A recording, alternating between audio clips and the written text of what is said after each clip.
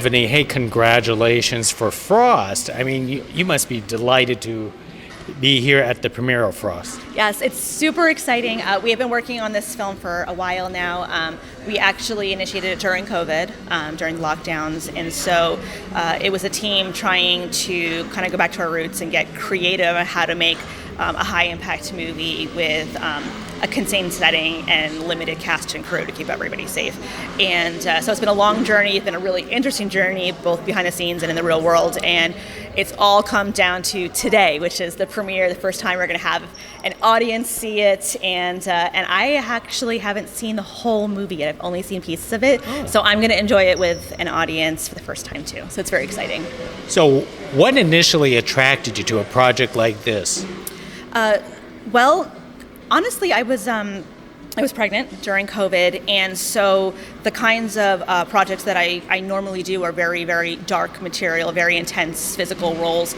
And so between the restrictions of COVID and the restrictions of being pregnant, the things that I was taking on were a little bit different than I normally did, and I kind of welcomed that. But James Kullen-Bresek, who is our EP and the story creator, he came to me with an idea from a true story that he had found an article for.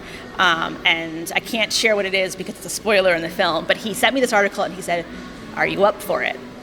And I read it and I got horrified and excited and ultimately spent a little time thinking about it. I was like, all right, I'm in. I have to do this story. And here we are.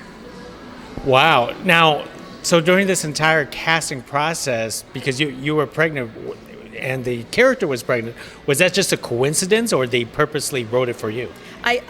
The story was brought to me to create around me, and it was just a matter of whether I was going to do it or someone else was going to do it. And when they brought me the project, it was something I hadn't gotten to do before, and so I wanted to make sure we could do it safely, and ultimately I felt very confident in telling the story and being able to do it the way we wanted to. And again, I'm grateful that they brought this to me. I think it's a really interesting story that takes viewers on a ride they weren't quite expecting, which is always absolutely a selling point when I take on a film.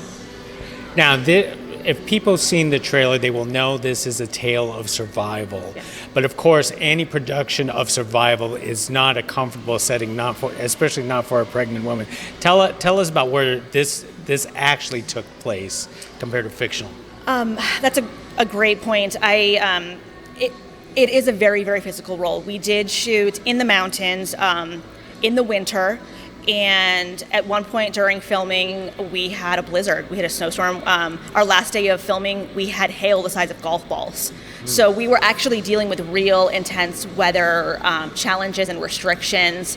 And I couldn't have, we'd have the windows down a lot of the time in this car. And so I was out in the elements actually interacting in real time with what my character was dealing, and then also trying to make sure I was staying safe and that my baby was staying safe as well. So it was really challenging. A lot of the film is just me in the car trying to survive, and so I felt a little bit of a pressure as an actress to be able to carry the film. I felt pressure as a new mom to make sure I was doing what I needed to take care of myself and the baby, and all of it I think ended up on screen and really just added to the weight of this story and the impact, I think, ultimately.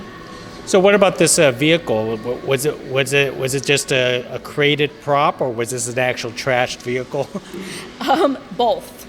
It started as we really wanted to trash the car at first. Ultimately, when we tried to do the process, because of the restrictions and the shutdowns, getting the right kinds of crew to supervise taking a car off of the cliff, the delays on getting those done, because half the people we needed as far as permitting and people to receive it, the police, the fire department, everyone that needed to be on site, a lot of them were not in the offices. They had shut down for COVID. So we're like, how do we accomplish this? And ultimately, the producer's car got volunteered. So part of it was augmented and part of it is actually this car took a beating, yeah. But thank you. Now, I guess the best part about this film is because it's a tale of survival, but because it was filmed during the pandemic, you had that sense of isolation, didn't you? Very much so. And again, there's some things I think a lot of people felt frustrations and restrictions with COVID as far as being a filmmaker, a creator of content. And what's great about this team with Brandon Slagle and James Colin-Bressick and Robert, the writer, Robert Thompson, and the cinematographer, Kelton Jones, this team are people who do big budget, really great projects, but that also came from and have an indie, low budget heart. So they didn't see these as restrictions. They saw it as an opportunity to be creative or think outside the box.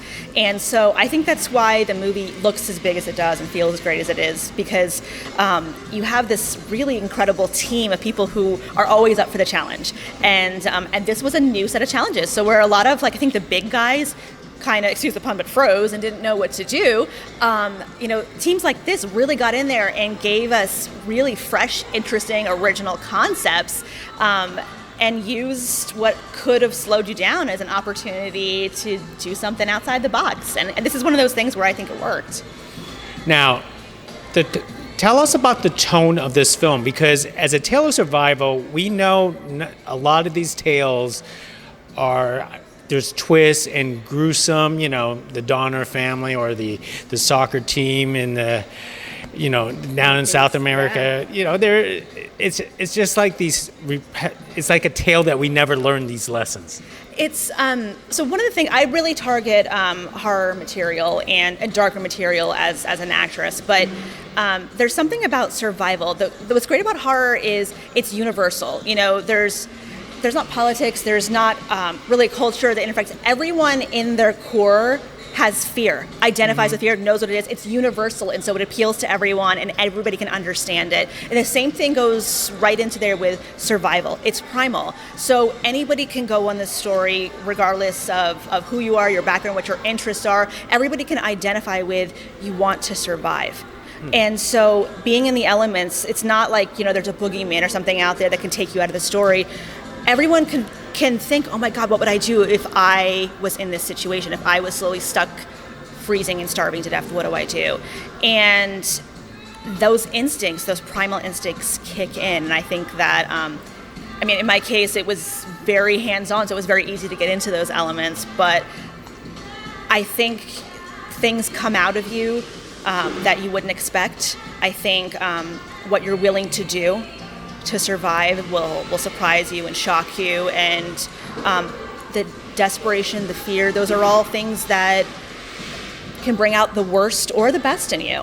And settings like this show you who you are. But from my understanding, you're a natural scream queen.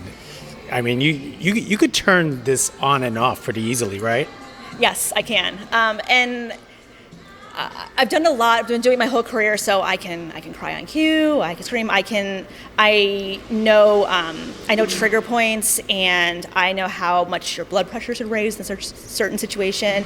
I know how a certain character will slowly react to a scenario regarding fear or survival versus another one. I've done a lot of studying on psychology and in these particular situations. So I know death pretty well at this point, at least when it comes to on camera. But again, I liked Frost because I wasn't able to phone it in, if you would. I couldn't go to those immediate, here's what A, B, and C of these scenes and this scenario is, here's what you would do, because all of the elements were turned on their head in this particular scenario. I had never been pregnant before. Most people don't know what they would do if they were in a life or death situation in that situation. So it's just a lot of fresh elements. No one had dealt with COVID yet before. And so when you bring all these things together, it was all very fresh for me, all very real. And I really wanted to challenge myself and see, when we scramble everything you think you know, what do we get? What do we get as a person? What do we get as a performer, as a filmmaker, as a storyteller? And now you get to find out. So in the end here, for a film like Frost, would you consider it sort of like a thriller, or would you consider it like sort of like a elements of horror?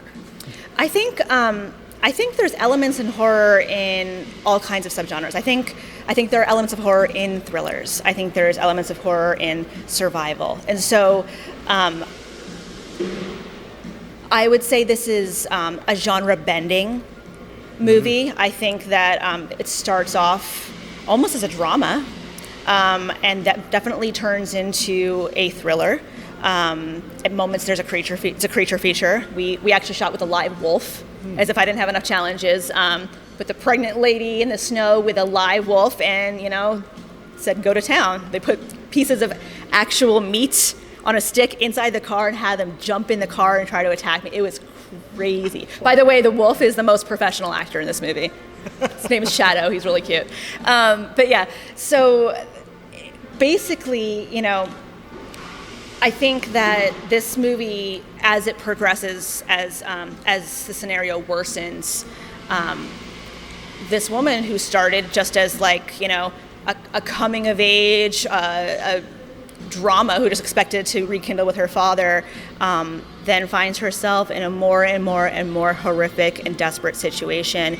And it definitely, towards the end, takes a turn into some of the most extreme material that I have had the privilege to shoot. And it definitely is a little controversial and a little taboo, and yet I stand by it. It is inspired by a true story. You'll know the impact of that after you've seen the movie. And I'm, again, very honored and, excuse the pun, but thrilled and chilled that I got to bring it to life. So then one last thing about the film. How do you address the controversy, or people should just talk about it afterwards? I didn't realize when we were doing it. I mean, obviously, I felt very passionate about the story, and which elements I'm referring to. I didn't know it was going to be as impactful as it did. This is the first time we're seeing it with a live audience, but we have had some reviews come in already and some critics check it out. And one thing I'm genuinely proud of is that nobody has come away from it untouched. Everybody has been impacted, whether it was favorably or unfavorably. They all say that it stays with them for days. And I think as a storyteller and as an actor, that tells me that I did my job. And I think that being impacted is the biggest compliment that you can get for this kind of film. That is terrific. And what's up next after all of this? After this, I have some of the same team. We've got a couple movies that we shot in Thailand last year, and so the first of those comes out in November, and it is a World War II epic called Battle for Saipan, and that is an absolutely beautiful, incredible true story that, again, very different than I normally do. I normally do a little, straight horror, but I felt like, what's darker than the elements of war, and this movie, like I said, very proud of it. It's, in my opinion, Brandon Slagle's best film, and it's coming out. I believe Saban has it, and then I think, don't quote me yet, sorry, but I think it's Paramount has picked it up for a worldwide release. Wow, most excellent. Well, you're certainly proud of Frost, and absolutely. We'll be very excited to watch the full version in front of a live audience in a few moments. I'm so excited. I hope you'll check it out too. And I want to give a big shout out to Cleopatra Records and Cleopatra Entertainment for making this all possible and getting behind us and the film and bringing it to you as well as you. Thank you so much. Thank you. Appreciate it. Thank you. All right.